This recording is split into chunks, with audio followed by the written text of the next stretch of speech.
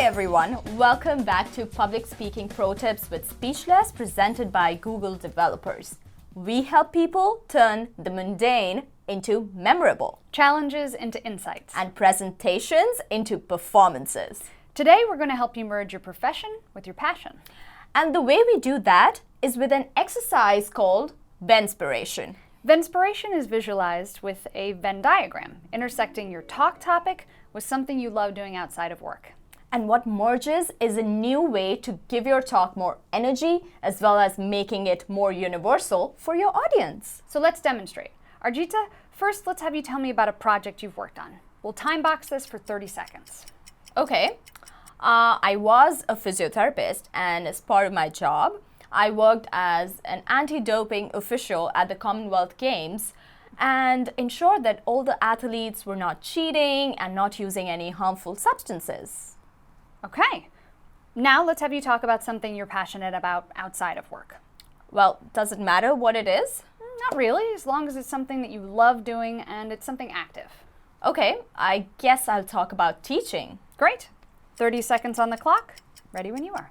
Well, I love teaching. It's one of the most innate desires of my life because every time I teach something and the students sit with me and there is a sparkle in their eyes, it helps me understand that I contributed to the growth of that person.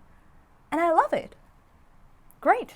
Did you notice anything different between the two talks? Well, it was more fun to share my passion with you, and I felt like the subject matter was easier to talk about. I could sense that.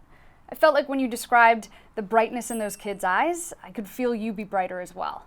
And that's actually what happens to most people when they get more excited to talk about themselves and their interests outside of work than their actual jobs. And this is a problem since most people have to talk at work in front of fellow employees and clients about business and not pleasure. So that's why you should combine the two when you get the chance. It breathes new life into your talk and makes it easier for audiences to relate. Okay, so what do I do now?